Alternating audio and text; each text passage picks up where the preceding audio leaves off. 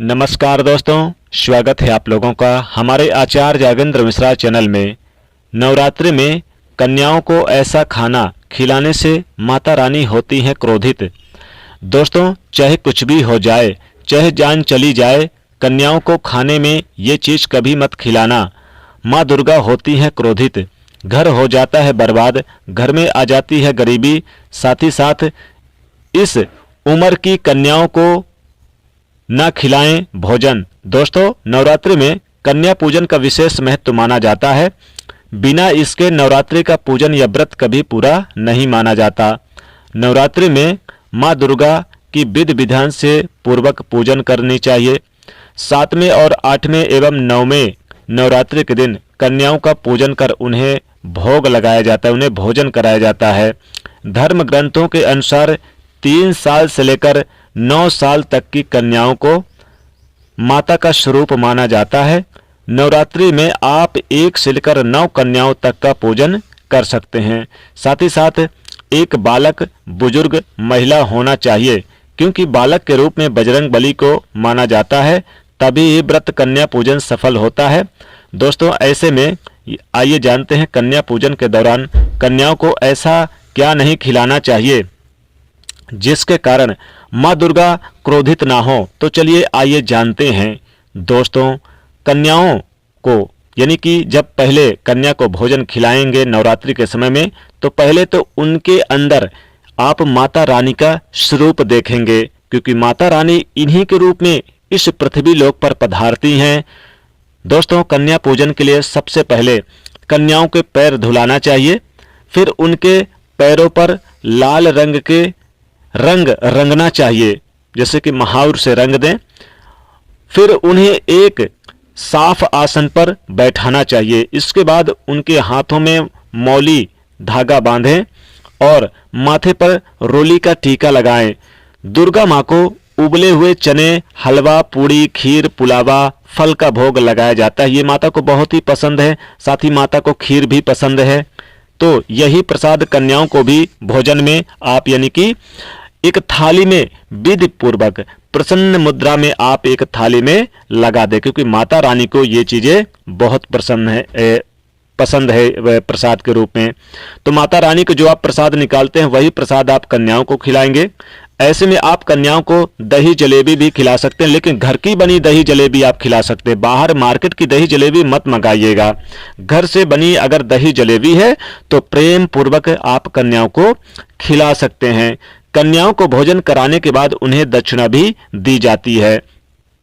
दक्षिणा में जैसे कि आप 10 रुपए, 11 रुपए, 21 रुपए, 51 रुपए, 101 रुपए भी आप दे सकते हैं अपनी सामर्थ्य के अनुसार।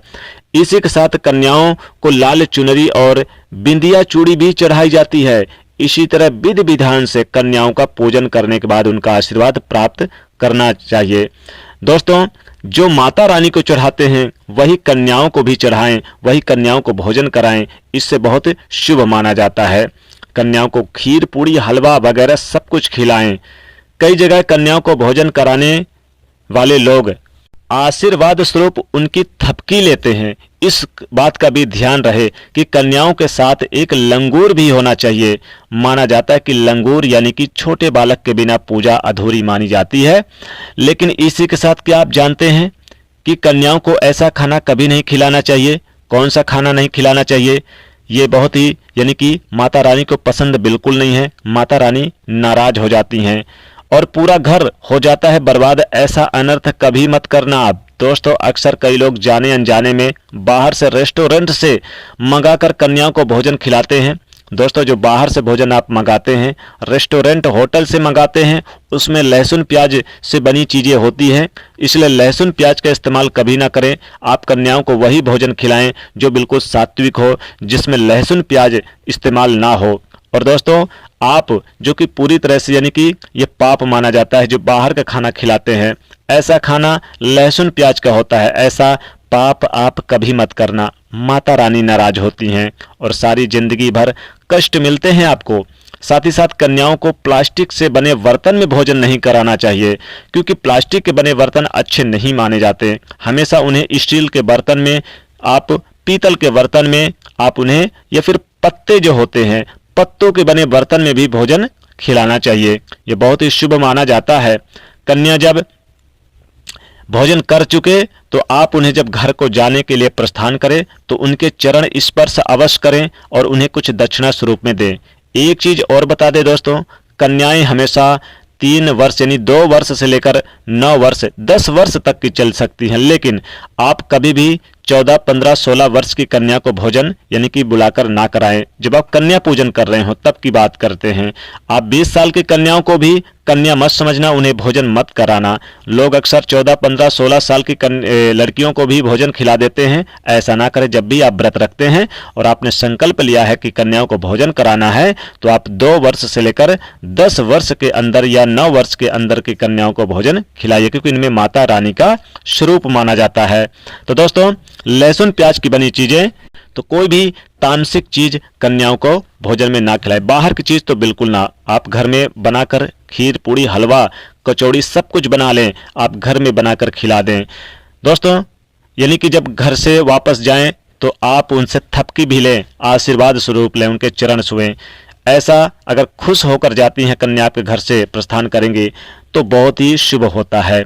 तो आप में से कौन कौन चाहता है माता रानी को अपने घर में बुलाना चाहता है, कमेंट बॉक्स में जरूर लिखें। माँ हमारे घर में आप पधारें और माता रानी के लिए जयकारा जरूर लगाइएगा। जय माता दी जरूर कमेंट में लिखेगा। माता के लिए एक लाइक तो जरूर बनता है। दोस्तों, ये थी इस वीडियो में जानकारी कि कन्याओं को ऐसा कौन सा भोजन नहीं खिलाना चाहिए जिससे माता क्रोधित होती हैं। तो दोस्तों, वीडियो को लाइक करें, शेयर करें, चैनल को सब्सक्राइब करें। जय माता रानी।